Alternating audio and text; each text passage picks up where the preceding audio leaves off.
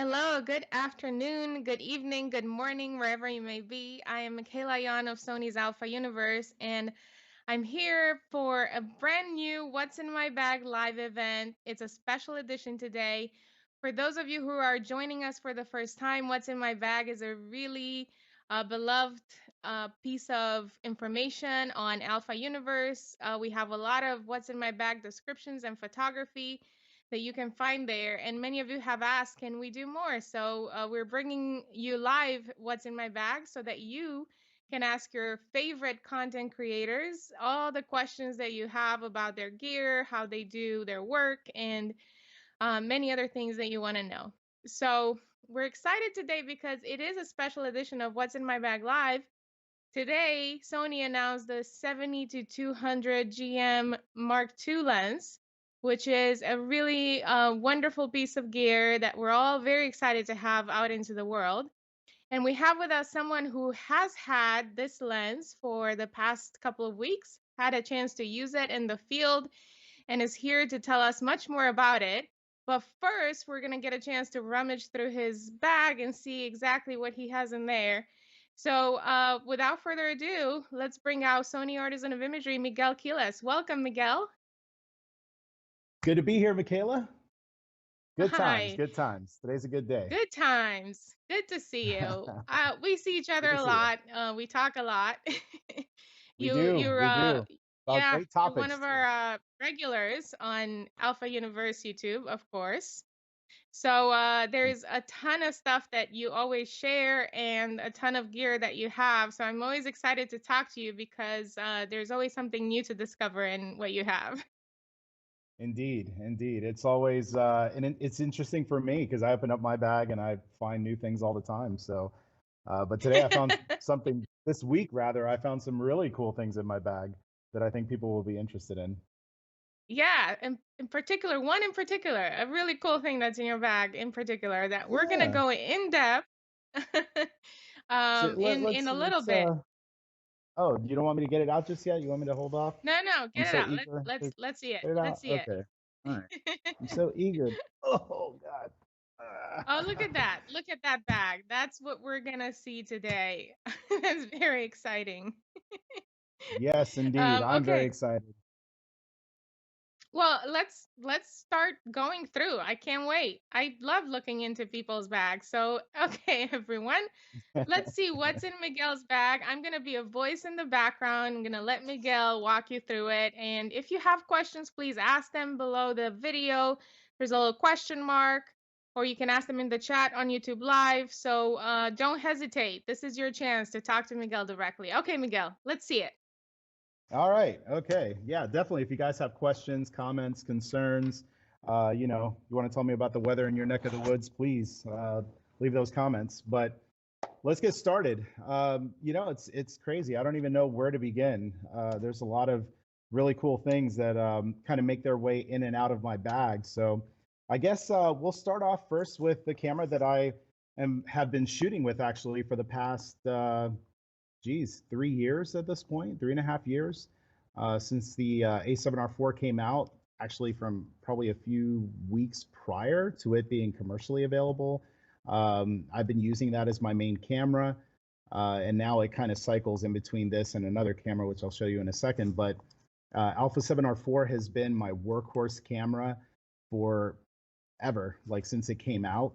Amazing camera, super high resolution. As many of you know, or if you don't know, I'm primarily a studio portrait photographer. So as a portrait photographer, for me, like detail is the holy grail, right? And this camera gives me that in spades. So Alpha 7R4, I use the battery grip. If you guys have seen my content on Alpha Universe, you guys have watched me and heard me talk about this. But if you haven't, battery grips are a way of life. Primarily when I'm shooting portraits, I'm not shooting horizontal, I'm shooting vertically. And so having this battery grip makes it really nice and comfortable to kind of hold this camera for long periods of time, makes all the important buttons accessible, which is really great. And then of course, take this lens hood off for you guys here. So I have the 135 millimeter f1.8 G Master lens on this. And before this lens even came out, like this was a lens that I was like lusting after. I was drooling after this lens. Long time ago, I used to do a lot of really good work with the 135 focal length, and I was eagerly awaiting Sony to come out with one. And they not only came out with a 135 millimeter focal length, but they came out with what is, in my opinion, like the best of the best of the best of this type of lens. Super fast motors, keeps up with all of the cameras that I've ever tried it with, and we're talking from Alpha 1 all the way down to like Alpha 7 II. So pretty much any camera that you could throw at this lens, like they're going to be able to talk to one another and perform really well. So this is kind of like my bread and butter setup, at least up until I show you the rest of what I have. But this has been my bread and butter now for a couple of years now. So that is my primary camera and lens. Put that back in there.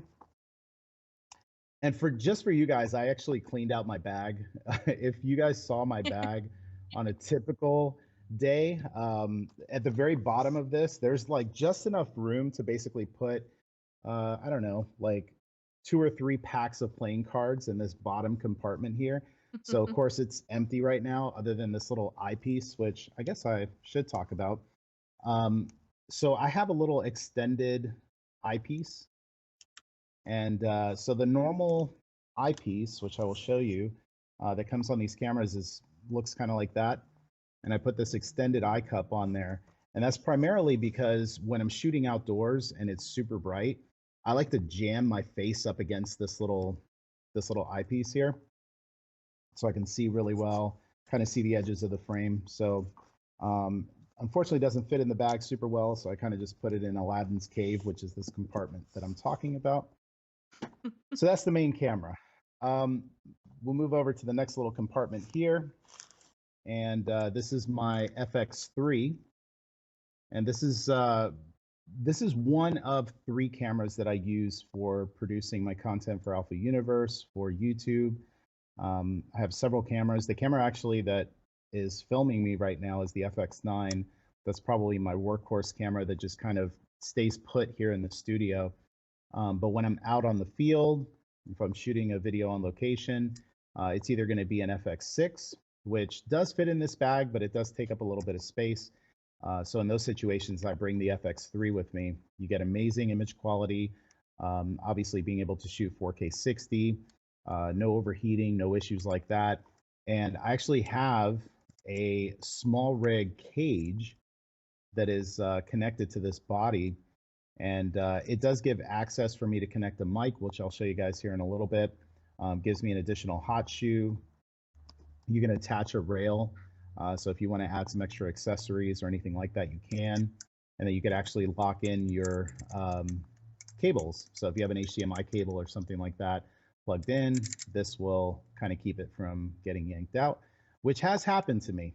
And normally if a HDMI cable gets pulled, you kind of hope that it just detaches sometimes. But yeah, that kind of keeps it steady and keeps it nice.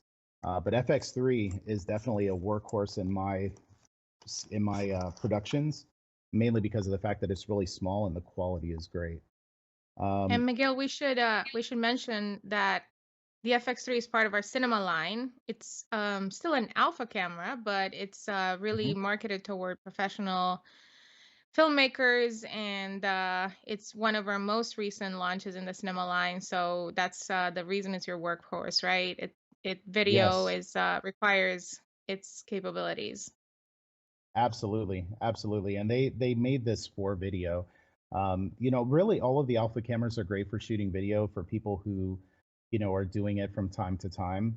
But from my experience, from shooting a lot of content, a lot of video over the course of the last 6 years, I've kind of leaned a lot on the cinema line to kind of produce those videos. So back in the day, it used to be the FS5, the FS7, FS7 Mark II. Then when the FX9 came out, I kind of swapped all of that because I wanted to go full frame. And then now it's like we're spoiled. The image quality that you're getting from a camera like this FX3 versus what I was getting from the FS5, which was a much bigger cinema camera. It's crazy. Like Moore's law is running rampant these days with just technology advancing at a really rapid pace. So, yeah, yeah, everything you said and then some. Yeah, I got word earlier from one of my colleagues that the FX3 just won a Best Camera for Cinema award.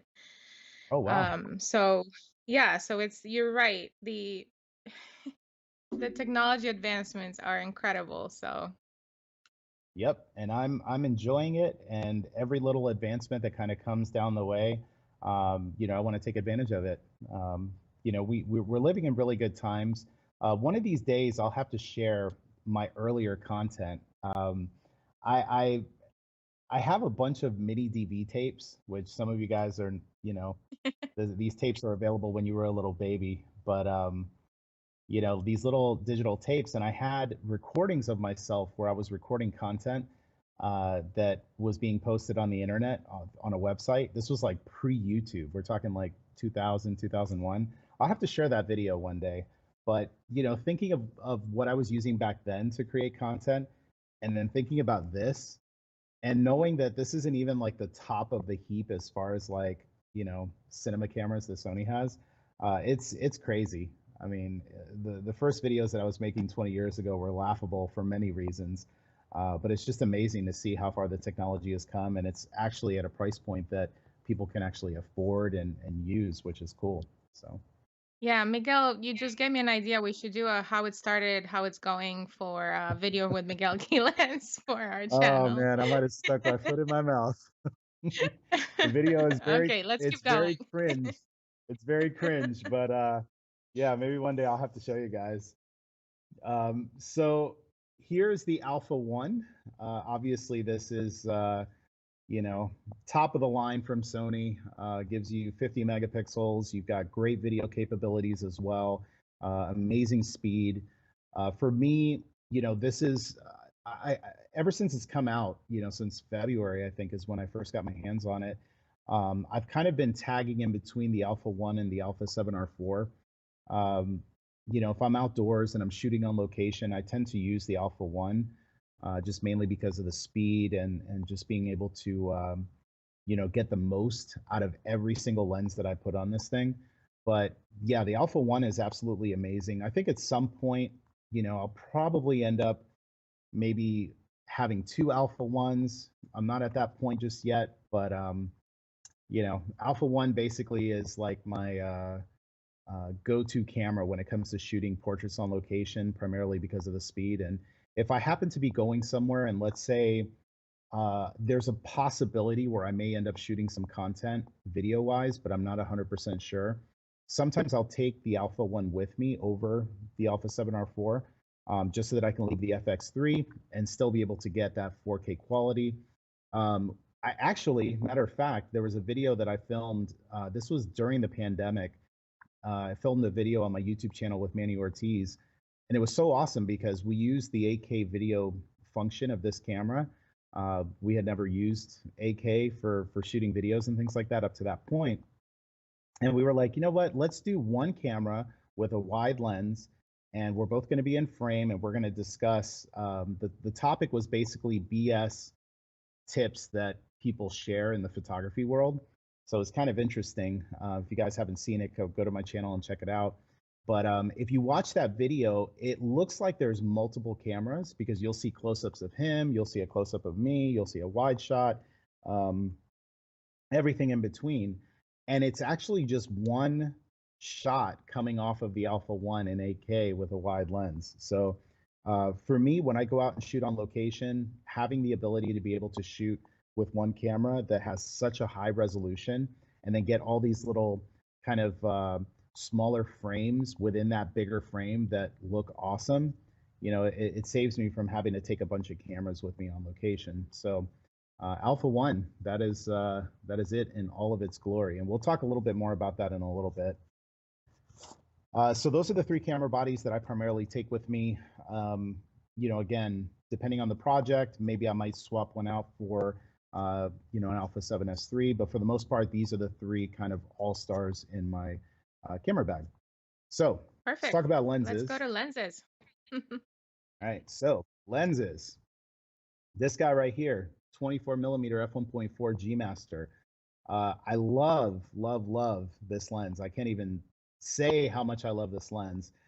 Pretty much, this was one of the first lenses that I think that when I put it onto my, at the time, my A7R III, that I was like blown away with the performance. And Sony started to continue kind of adding a lot of the features that they had in this 24G Master. They started putting it in lenses that kind of came afterwards, which again, most of those are in my bag, like the 135 and some others. But this lens, if you watch any of my YouTube videos prior to the 35G Master coming out, this 24 millimeter lens was the lens that I would use to film like 99% of my YouTube videos.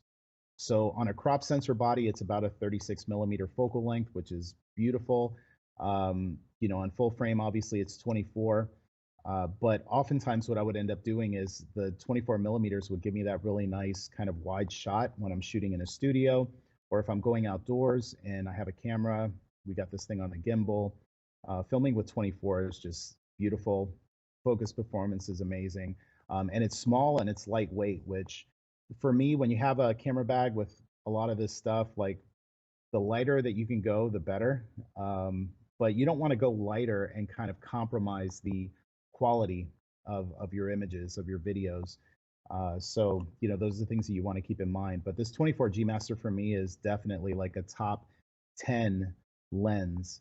Like if you absolutely need something that gives you high quality photography, high quality video, then there's no reason why the 24G Master shouldn't be on someone's list. And it's definitely in mine. Kind of on the side of that, the 35G Master has been the lens that, since that's come out, that now has become the lens that I end up doing all of my videos, my talking head. It's not in my bag right now because I only have one, and it's actually on the main camera, but the lens is really small. So usually what I'll end up doing is I'll put it on top of another lens in my camera bag. So it probably would go in this little spot here or go into this little spot here because it is a smaller lens. It's about the same size as this 24. So, there's plenty of room for me to be able to, kind of push it into one of these other spots. So 35G Master should be in the bag, but I only got one and it's on my camera. So that's that. For portraits, 85 millimeter f1.8. This lens has been absolutely awesome. Again, I've had this one since it first came out. I tend to shoot a lot of my portraits at 85 millimeters. And, if I'm shooting on location, if I'm shooting in a studio environment, 85-1.8, it's nice and small, but you're not really compromising anything in terms of sharpness. So, for me, this has been like an all-star. This has been a lens that I've gotten a lot of really good use out of. If you see my Instagram or you see my, any of my social media, my Facebook, even in my YouTube videos, you could pretty much throw a rock and you'll watch a piece of content where I'm using this thing. Like I use this thing a lot. I think this is probably my most used portrait lens out of all the stuff that I own right now, and definitely out of all the stuff that I have in this bag, this is by far the most used. I'm actually kind of surprised that the letters and the numbering are still there because of how much I use this thing.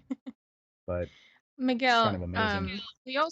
we also have the 85-1.4, which is a Mm-hmm. GM lens, but that is bigger and quite a bit heavier than the 85-1.8. Is that the Yes. reason why you chose the smaller one? You're calling me out for being lazy, but you are correct. You're absolutely No, I correct. can't. No, that's not the conclusion anyone would reach with that bag right there, Miguel. I think you're good.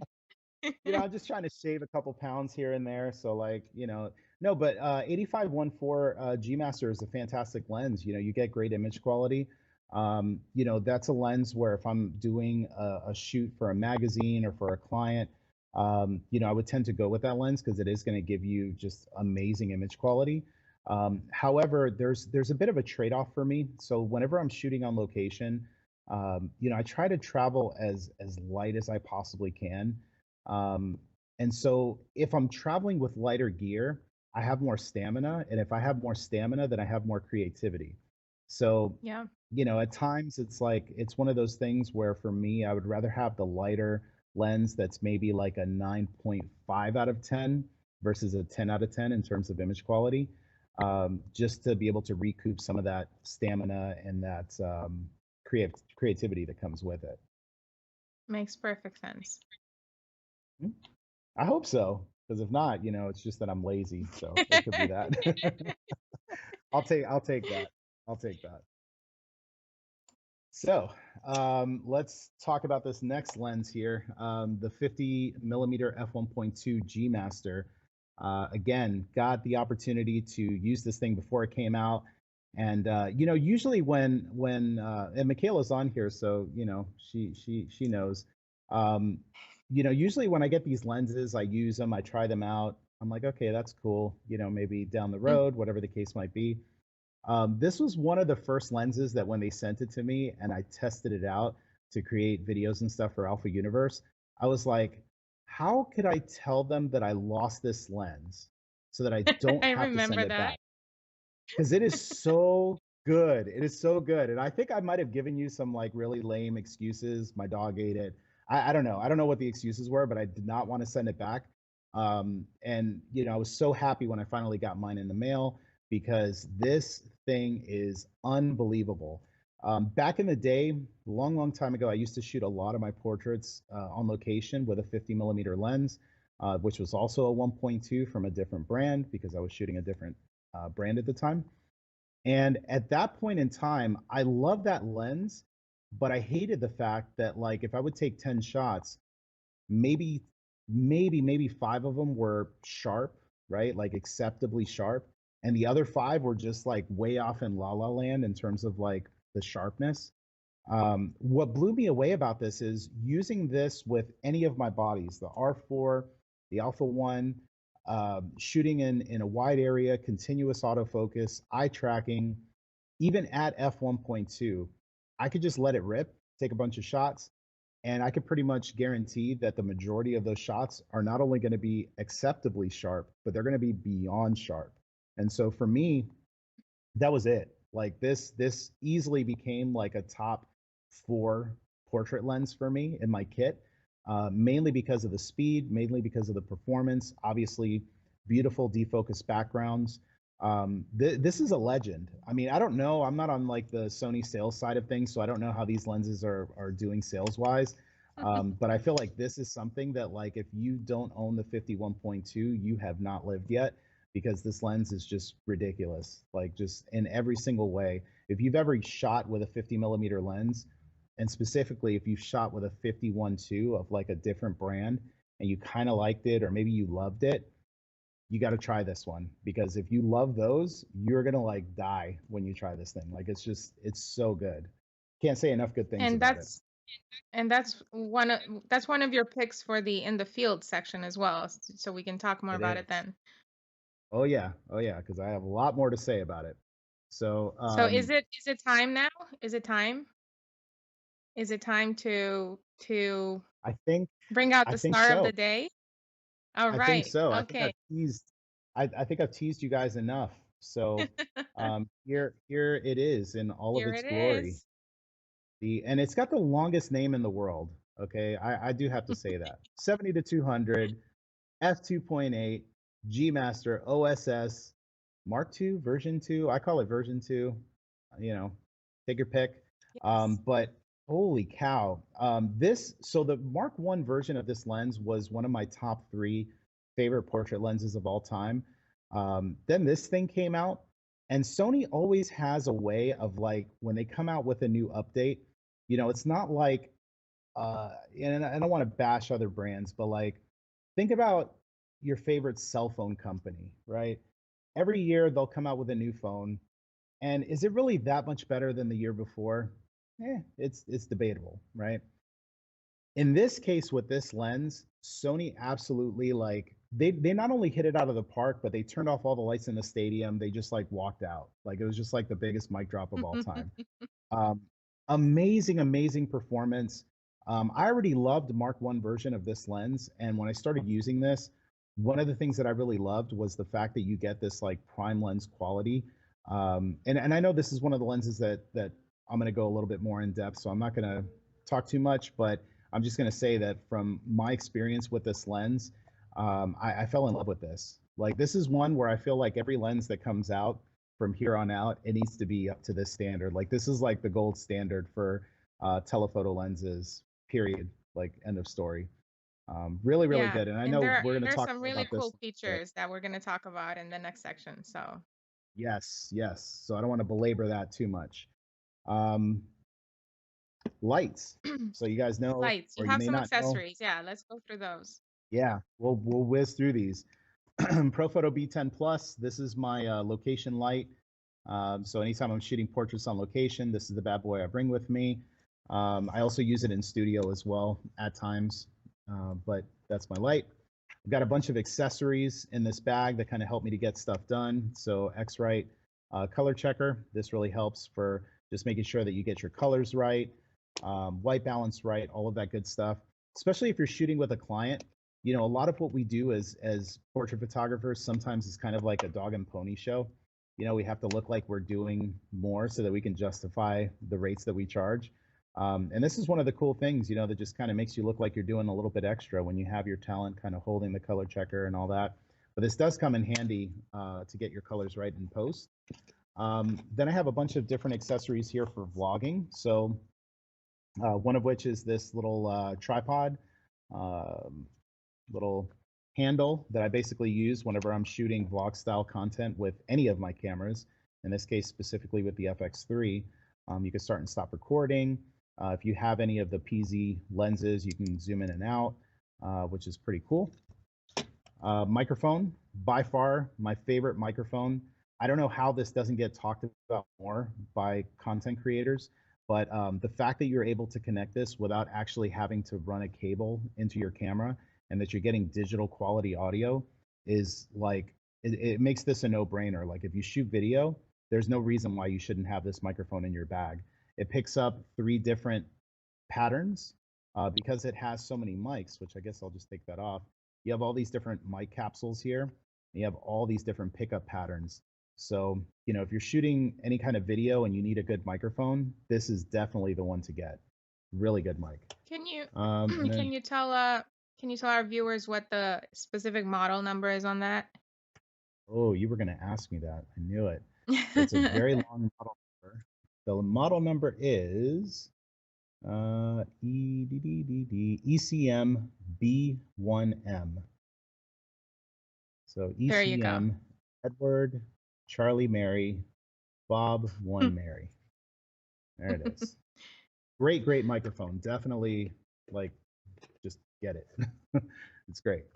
Then a couple of other accessories. So I have this other microphone as well. There are scenarios where you know, you want to have a microphone actually attached to the person, or I want to have a microphone on myself. So again, this one, you don't have to, if you have any of the newer camera bodies, you could just put this on the hot shoe and you have a Bluetooth microphone that you can use. So this one I think is the ECM W2BT. And yeah, this little microphone is fantastic. I usually have 2, especially because the worst thing that can happen is you go out to shoot some kind of content and maybe a microphone just doesn't work, or you drop it, you crush it. You know, terrible things happen when you're out trying to get stuff done and you're in a rush. So I always have a backup mic. Obviously, having tape, this comes in handy for everything. Being able to, you know, tape up cables. I've had plenty of times where, you know, things that are supposed to be connected just for whatever reason disconnect, and you just kind of tape it together. So having a roll of this tape in your bag is definitely a must-have. And then this is something that I have this in my bag, and I try to use this as much as I can. This little data color device basically is like a color checker. But what it does is you could actually, let's say if you have like a piece of fabric, right? You want to know what color it is and you want to know what colors complement that. They have an app that you can basically, you push this button and it will scan whatever it is and it will tell you what the color is. And then it will give you like various different ways to be able to match those colors and complement those colors. So, if I have somebody who brings in a certain type of like wardrobe, certain shirt, dress, whatever it is, and I'm trying to think what color background do I want to go with, I could just do this color checker. It'll give me like a swatch of different colors. And then I just go over there and just grab a backdrop and I have, the exact complementary color using this little device. So really helpful. And That's then neat. the last one, or the last two here, are these filters. So I have a variable ND filter, which again, if you go on Alpha Universe, you can watch the video where I talk about this, but this is like a must-have piece of gear if you're shooting video, especially if you're shooting video outdoors, and especially if you want to get that like really nice defocused background look.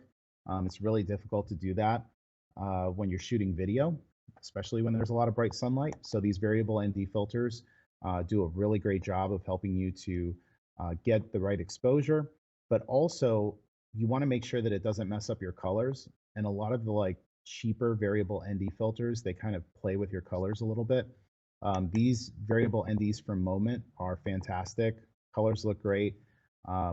Definitely the ones that I tend to choose more often. And then they also have this Cinebloom diffusion filter, which basically what it does is if you're shooting in low light or you're shooting outdoors where there's little spots of light, what it'll do is it blooms your highlights. So this is a 10%. They have one that's a 20%. That's a little too extreme for me, but this 10% Cinebloom filter is awesome. You can go outdoors. And even in the studio, at times what I'll do is like my main camera that I'm talking to right now, I'll put this Cinebloom filter, and then all these little light sources in the back, they just kind of glow. Like they have this like really cool glow to them. And that's all coming from this filter that doesn't look like anything fancy, but if you see it up close, there's little like specks in it that kind of look like dust, but it's not really dust. And that kind of blooms your highlights. So how am I on time? That's the main part of my bag as far as what's Good. in it. I Well, have other stuff in pockets, but I don't know how we are on. I know you have a ton of stuff in the pockets of the bag. So, Oh yeah, I think, that's like just as yeah, much in weight. exactly. Let's go to the next section because you have selected some specific pieces of gear to go over. So we gave you the possibility of talking about 3 different pieces. Obviously, we were going to talk about the star of the day, the 7200 GM2. And we're going to start with that. We're going to talk about a couple of other things as well. So let's start with the 7200 GM2. We have a snippet of a video you've done. Miguel has done videos for our Alpha Universe channel, an overview of the product. And you can watch it after the session today if you'd like. And then he also has a video on his own channel that he has done. So we've taken a couple of excerpts from those videos. Let's start with the first one for the 7200 and we'll come back and talk about it. Introducing the new FE 70-200mm f2.8 G Master OSS2 lens. This is the world's lightest large aperture 70-200mm f2.8 telephoto zoom lens, weighing it at only 1,045 grams without the tripod mount, which is 435 grams lighter than version 1 of this lens. To put that number into perspective, that's about the weight of a soccer ball. This is really going to come in handy for wedding and event shooters out there who have long shooting days ahead of them. Sony has really been hitting it out of the park lately in terms of their lens quality and performance. This lens features an 11-blade circular aperture with an advanced optical design that includes 2 aspherical and 1 extreme aspherical lens elements, 2 extra low dispersion lenses, 2 super ED and 1 ED aspherical lens elements, which significantly reduce chromatic aberration. The lens also has nano AR2 coating, which reduces flare and ghosting in your images. To keep up with these newer, faster cameras like the Alpha 1, they've included 4 extreme dynamic linear motors, which gives you lightning fast, quiet, and precise autofocus. In fact, when you attach the new 70-200 to Sony's Alpha 1, The autofocus speed performs up to 4 times faster compared to version 1 of the lens. Miguel, so thank you for that. As I said, go after and watch the video, because now we have Miguel live. Remember, you can ask him questions, so please use the little question mark under the video on Alpha Universe or in the chat on YouTube Live. Any questions, and we'll get to ask Miguel as we go or at the end of the session in our third section. So Miguel, a lot of amazing things about this new lens, and there are also a lot of super cool technical specs and a lot of lingo that people hear. But I want to talk about what those things mean versus talking about the motors and all the different elements. First and foremost, this lens has become a lot lighter, more compact, more efficient than its previous iteration. We're looking at 17 elements, 14 groups. It used to be, I think, 23 elements and 18 groups, if I'm not mistaken, for the previous one. So that just to give you the difference in size, and that adds up to about half a kilogram. So how does that translate into the lens? Because you've handled it. How does it work in the field? How does it feel? Yeah, I mean, it feels amazing. I talked about this in the video, but they did a really awesome job of basically balancing all these lens elements, kind of balancing it within the inside of the lens, so that it wasn't too front heavy or wasn't too heavy towards the back of the lens. So that's one of the things when you're holding something that's like a lens like this, that's just physically like bigger than an 85. Having that really good weight distribution within the lens with those elements is kind of an important thing. And then, the other thing too, when it comes to the lens elements, I know a lot of times people see that and they're just like, I don't know what that means, and it just kind of glosses over them. But all of those different lens elements that are in these lenses are basically correcting for a lot of things that would be like typical issues with a lens. So things like chromatic aberration, where you start to get these little, you get these like different things, purple fringing. I'm just trying to think off the top of my head. There's a lot of like different things that basically, when you're using these lenses and you use like a cheaper 70 to 200, there are things that you have to contend with just from an optical point of view. And so having all these different lens elements in these lenses basically correct those types of issues. And then you have the focus motors on these things, which, having used the 70 to 200 version 1, I could tell you that it was a fantastic lens for me up until the Alpha 1 came out. And it was still a really good lens with the Alpha 1. But because the Alpha 1 is just like over the top crazy as far as the specs, it does 120 autofocus calculations per second. So the camera is like big brain, right? It's thinking a lot, it's processing a lot of data, and then it pushes that information to the lens, and it tells the lens, hey, you need to move all these different groups of elements and lenses to a certain position so that your image is sharp and it's in focus. But I don't know how to put this in a nice way, but with the version 1 of the lens, it could only listen so fast, right? It's kind of like if I was to tell, my elderly mother, hey, could you go and grab that can off the sofa for me really quick? I could tell her really fast to do that, but it's going to take her a minute to go walk over there, go get it and bring it back. So with this 70 to 200, it's like you telling like a cheetah to like go run and go grab that prey and kill it and bring it back. Like it's just blazing fast. So I think for people who have the Alpha 1, who you're riding the very top peak of performance that these that you can get in photography, then this is what you need. Like you need this. This is what performs best with these newer camera bodies. And then I think we got some questions on the Alpha Universe video and also on my video. People were like, well, what if I have an A7 III? What if I have, I don't know, A7 II, A7 I? Then you're still going to get great performance because obviously this is tuned. It's kind of like saying, well, I have a Ferrari. Could I drive it at 30 miles an hour? Yes, you can. It works. But it performs way better when you could go 100 miles an hour like you would with the Alpha 1. So a lot of car analogies and stuff when I think about these things, but That's kind of where we're at here with this 70 to 200 Mark II. It's just very fast, very accurate.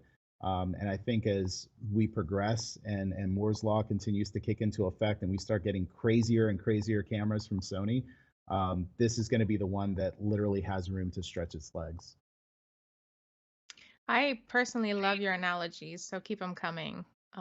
They're really I have good. crazy ones. So I apologize in I know you advance, do. but they're pretty crazy. Another great feature is the new aperture ring that was added to the lens, and it even has an iris lock. Can you tell us about that? Yes, absolutely. So I actually have the iris lock on right now. So they added this button way down here. And if you have that iris lock on, the aperture ring doesn't move. So I think this was something I never really had an issue with, like bumping the aperture ring or anything like that. But I did see, comments from people that, oh, sometimes I'll be shooting and then I accidentally, move the aperture ring. So for those people, you could actually just use this iris lock and it just locks it into place. But if you loosen that up, you have the ability to kind of move that aperture ring and set your aperture on the lens versus using your camera body to do that. And that really comes in handy when you're shooting video. For example, if I have this lens facing me, I could actually just stand in front of the camera and I could open this up a little bit, right? Or I can close it down and I could see what my aperture is versus having to walk around to the back side of the camera and then kind of see what those settings are from there. So I know a lot of people will ask, like, well, why do they even have that? That's really what it's for me to be able to, from the front of the lens, see what aperture it is that I'm at and just kind of adjust that manually. So if I need to close down or open up, I'm able to do that. But that iris lock is definitely a cool feature. Same thing, if I have this thing, let's say I have it on f2.8 and I know I want to shoot everything at f2.8 and I don't want to adjust it, I have the ability to do that as well. So that's kind of what it's all about, is just being able to shoot video and see from the front where your aperture is and make those adjustments. And then for those looking at the lens to use for video, it can also be declicked, so you can have the Yes. smooth motion and no interference. Yep. The other great thing about the lens, Miguel, that you pointed out was the framing stability. You really did a test and it was super sharp and tracking the eye very well Oh at yeah. really any aperture that you used. How was that? Yeah, it was awesome, but it was also very weird because as I'm photographing people, I've already been kind of like spoiled a bit with the Alpha One as far as like how sticky the eye autofocus is, but I feel like it was taken up a notch when I connected it with the 70 to 200, this new lens. It was really interesting to see, like as a person was kind of moving and posing, just how well it was focusing and keeping everything sharp. And obviously, what you're seeing through the viewfinder is one thing that can be impressive. The fact that it's tracking them no matter where they are in the frame, and almost like, you know, sometimes with some of the older cameras, like if they move super fast, it takes like a split moment for that box to kind of catch up with them. And they're still sharp and they're still in focus, but I almost felt like sometimes they could be faster than the focusing box. But with the Alpha One, with the 70 to 200, it was weird because like they would move and it's literally like just on top of them. Like it's scary how good the eye autofocus is with this specific lens. So yeah, from a focusing perspective, I shot wide open, f2.8. I went all the way up to f18. I was going to try to go all the way up to f22, but you know, it would have required me to kind of bump up my ISO with the lights that I was using, and I felt like that kind of negates the whole test. I wanted to keep everything at that clean ISO 100. But yeah, all the way up to f18, which is what I tested. I was able to use eye autofocus, and all of the shots came out super sharp. This is literally the best of the best that Sony has right now on the market when it comes to everything, when it comes to optics, when it comes to autofocus performance. image quality, everything. I mean, and I've shot with all of them. Like this is what I have in my bag, but pretty much every Sony lens that's come out, I've either owned it or I've used them. This is the best of the best that Sony has on the market right now.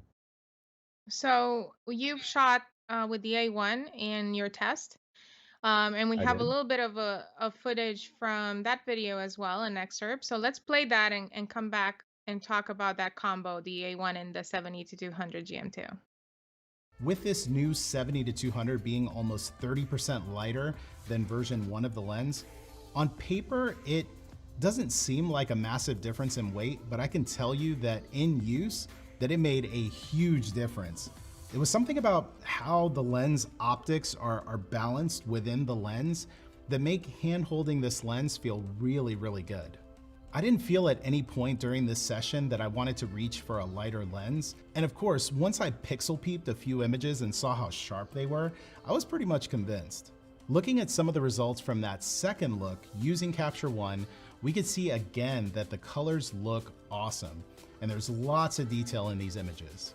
I mentioned for the first look that the images were raw. So this look, I wanted to show you some side-by-side comparisons of what the raw image looks like versus the fully retouched version that I would deliver to the client and that I would post on social media. If you start off with a quality shot straight out of camera, then there's really very little work that you have to do in Photoshop. Okay, so that was very cool. The full video is on your channel, so people can go after the show and watch it. In the meantime, stay with us because we're live. Ask your questions below the live stream on alphauniverse.com with a question mark or on YouTube Live, wherever you're watching, so that Miguel can answer. So combo, A1 70 to 200 GM, you used it for portraits because that's the primary type of photography that you shoot. What are some of the things that stood out to you as you started using that combination? Yeah, I mean, honestly, using that combination, I felt very spoiled. I felt extremely spoiled. I had a friend who was in the studio who was a photographer who was kind of watching while I was shooting this content.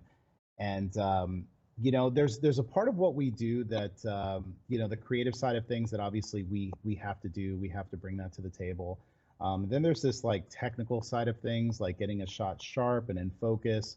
I talked to a lot of people over the years that they tend to want to make things more difficult than they need to be, almost as like like almost like a badge of honor for them. Like, oh, I struggled so hard to get this photo. And what was so funny to me was like I literally took this camera, put the 70 to 200 on it, and I put it over my shoulder, right? So I had I'm gonna recreate this here for you because it was so obnoxious, but it just goes to show you how awesome the technology is. That I literally took the camera, I turned my back to Anna Grace, had the camera on my shoulder like this. I was like, hey, do I have her framed up right? Yes. Push the button halfway down, take the photo, play it back, tack sharp and in focus. Like absolutely insane, bonkers. Should not happen, but it does because of the fact that it's the Alpha 1. It is the pinnacle of this mirrorless technology that's on the market. And obviously this lens is kind of like a crowning jewel on that. So for me with shooting portraits, I tend to want the technology to help me to kind of take that technical side off the plate for me so that I could focus on the creative.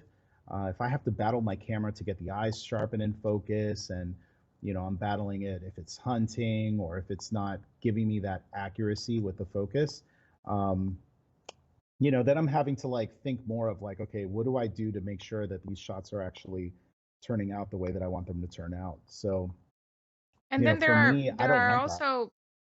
there are types of photography where you don't even have the luxury of saying, okay, stop, we didn't get it, let's do this Oh yeah. again, like bird photography or wildlife photography, for which this kind of speed and autofocus and everything that it brings to the table with the resolution of the camera is really critical to getting the shot, because it's just a millisecond and you'd no longer have Oh it. yeah. Absolutely. And this camera is able to do things almost ahead of you, right? It's like it's waiting on you to basically say, okay, what do you need me to do? Oh, that bird's flying. Cool, I got that already. You just needed to push the button. Versus having to struggle throughout that process. To me, like I'm primarily a portrait photographer, but in years past, I used to shoot weddings, and I think if I still made a living shooting weddings today, this would be it. Like this is what I would use. You don't have that opportunity for do-overs in many things in life, and so for those situations, the Alpha One and the 70 to 200 G Master, that is what you need to be able to give you the Right. best chance, the best opportunity to capture that moment. And then these are also the wedding photography that you mentioned, and even the wildlife photography. They are very, very long days when you Oh go yeah, shooting. So having to carry a super heavy setup is difficult. And in this case, that really takes off a little bit of a load when you have a lighter element. Our friend Matt Koskowski, also a Sony artisan of imagery who shoots birds a lot and photographs birds a lot. He doesn't shoot them. Uh, yeah. he used the lens, and we're gonna get to talk to him at some point too, but he also used a teleconverter. And the other great part about this lens is that both the 1.4 and the 2x teleconverters work with this lens, so you can really reach even farther. Absolutely. Absolutely. And he creates some stunning images. He just came out with a video on his YouTube channel talking about his experience with using the lens. So 100% after this live stream, definitely go check out his video as well. I linked it in my Yeah. video, but definitely check it out as well. I personally, for me, in the neighborhood that I live in, they actually have like eagles and hawks, and I've just been waiting to kind of like have time to be able to go outside and try to photograph these like beautiful birds. But I'm a little bit nervous because this camera's so good, and I make my living doing portraits, and I don't want to love the process of photographing birds because I feel like it's going to take me away from what I do for a It will. living. But every time I see Matt's photos, I'm just like, man, I need to get out and take some pictures of birds and just Yes, enjoy it. I agree, and I know a lot of people feel that way. Okay, so that was awesome. I think people got a really good overview of the new lens and how you use it. Let's talk about the final piece of gear that you selected for our in the field section today. And that was something that we saw how passionate you are about earlier when you got to it, and that's the 50 millimeter 1.2 GM lens. And I was really anxious to see how this lens performed. I took it outdoors for a portrait session and did something that I normally don't do, which is to take every single photo at f1.2 just so that I could see the performance and share those results with you here today. Again, I'm standing here very surprised to see that this lens focuses extremely fast and it's dangerously accurate, due in large part to the inclusion of 4 extreme dynamic linear motors that are set up in 2 focus groups. I did the entire portrait session using wide area continuous autofocus with eye tracking at f1.2, and I nailed the focus without even thinking about it.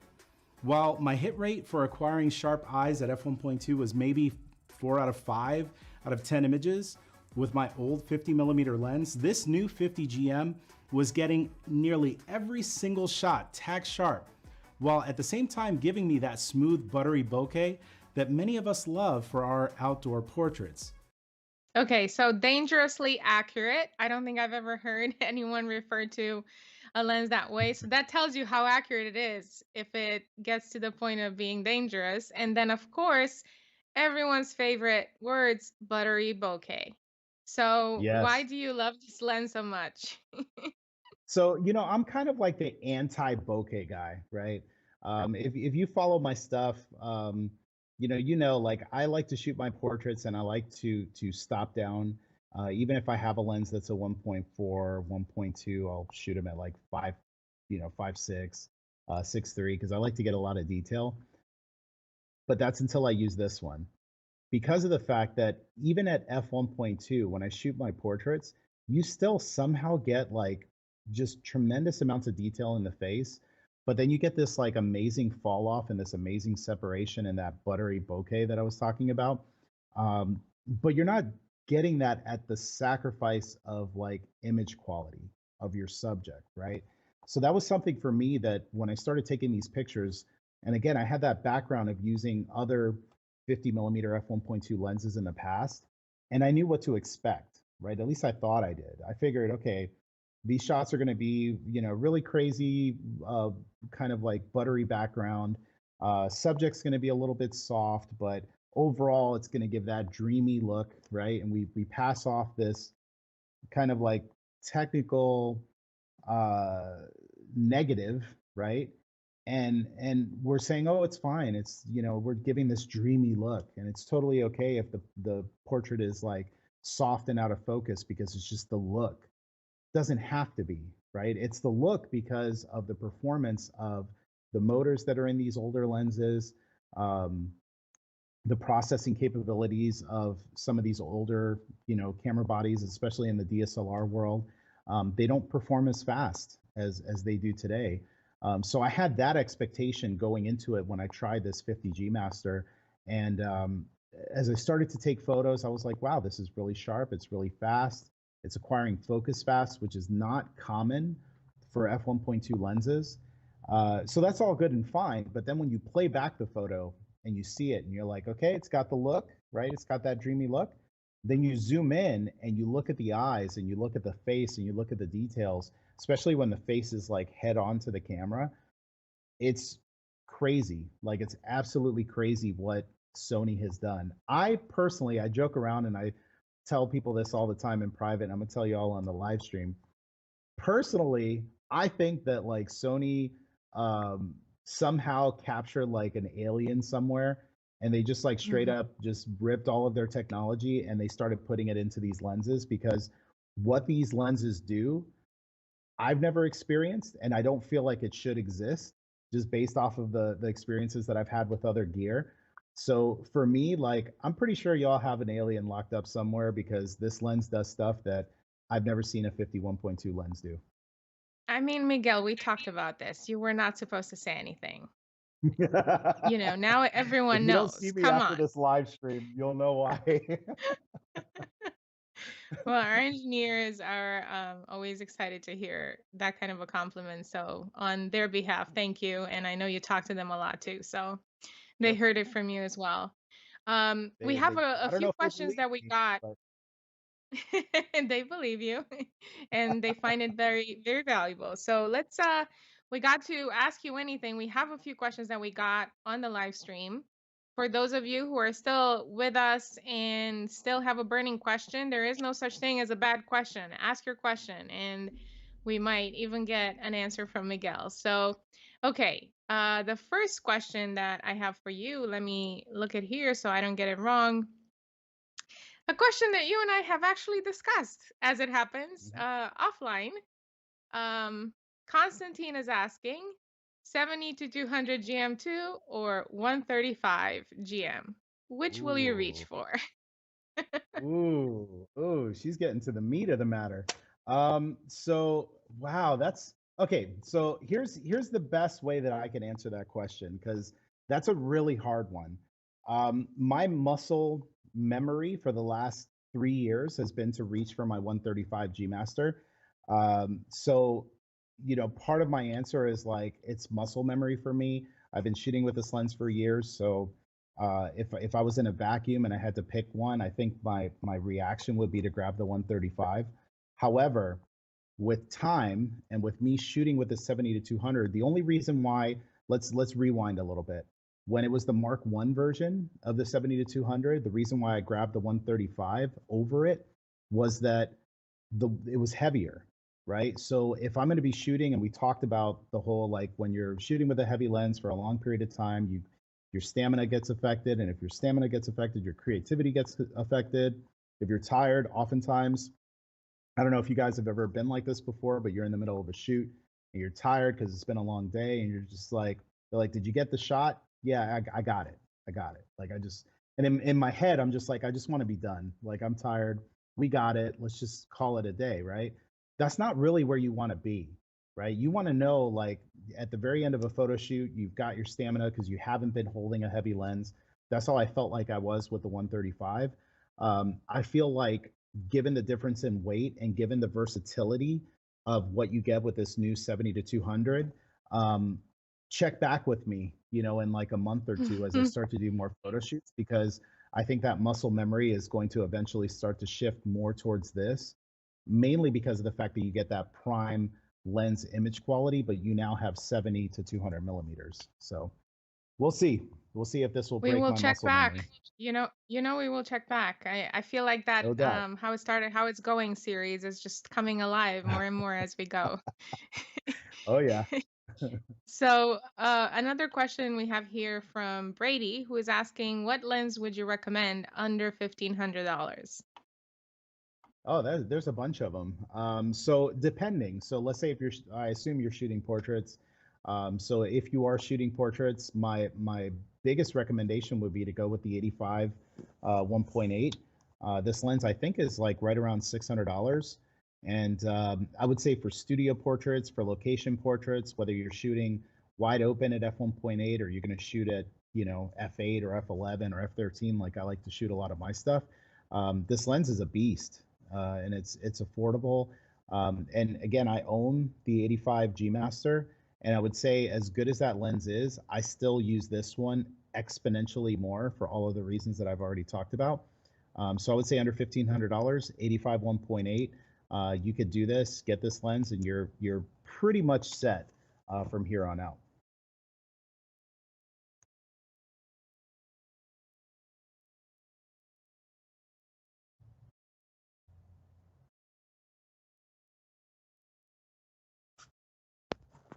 I think I lost you on audio. Okay. All right. Okay. So I think I'm back. Hello. there you go. Awesome. I hear you Hi. now. Okay. Sorry about that. So a That's couple more okay. questions for you, Miguel. One question you didn't mention, I think, in the beginning. What is the bag that you have? Totally missed that. I was so excited to jump into it. So this bag, this is the Think Tank Airport Security version 2. This bag was the very first camera bag that I purchased as a professional, as a working pro, going back to, I think it was 2012. And it's the same bag, and it still has held up. I've been everywhere with this bag. I travel with it all the time, and it is honestly tremendous bag. I mean, it holds everything. It has different compartments. You can kind of set this thing up however it is that you want it to be. And over the years, all the different gear that I've ever owned, I've always been able to make it work as far as configuring this. But more importantly, it kept my stuff safe. Nothing is broken. The wheels work great. The handle works great. Um, this is my bag. I imagine in another 10 years when I do a what's in my bag, like it's still going to be this bag. It's really good. Hats off to Think That's Tank for making a killer bag. Yeah, super impressive, Think Tank. Well done. Yep. And then the final question for you, coming from social, from Instagram, from V Rajkumar 11. How much time does it take to come up with new creative ideas? Um, you know, that's a good question. Sometimes creative ideas hit you out of the blue. Like for me, for example, I tend to get a lot of creative ideas when I'm moving, when I'm in motion. And I need to be a lot more in motion these days because, I'm sure like many of you, COVID, has kind of hit many of us really hard. And it hit me pretty hard. 'Cause I probably need to be in a lot more motion than I've been in the past. But as I go out for walks, as I go out for bike rides, as I go out to jog, it never fails that like I'll have just like a burst of creativity that hits me. And oftentimes I'll get my cell phone out and I'll just like either turn on the voice recorder and I'll just talk about what the idea is. And then I just go back to that later on whenever I'm trying to figure out like, well, what do I want to do? I have creative ideas that I've basically stored from like years ago that maybe at the time I didn't have the skill or the expertise to be able to execute it. And then now, I find myself having the ability to do that. So That's kind of how it is. As I'm moving, I get these creative ideas, and then you just draw on that repository of ideas whenever the time comes. That's perfect. Perfect thing to end on. Miguel, thank you so much. Wonderful as always. Lots of more content to come from you, I'm sure. So thanks so much for being here with us today, for trying this out, and I'm sure we will see you again very, very soon. Yep, very soon, very soon. Looking forward to it. Okay. Thank you, Miguel. Thanks, everyone. Okay, everyone. So you can follow Miguel on his YouTube channel. Has a lot of great content on the Alpha Universe YouTube channel. We have a lot of great content every week as well. So remember to subscribe so you can get notified when new stuff gets uploaded. Obviously, alphauniverse.com, big deal. Lots of amazing content, and that's where you can find our next session for What's in My Bag. We have Signe Dionzon joining us on Alpha Universe on the 27th of October. So mark your calendars, register so that you can get a reminder.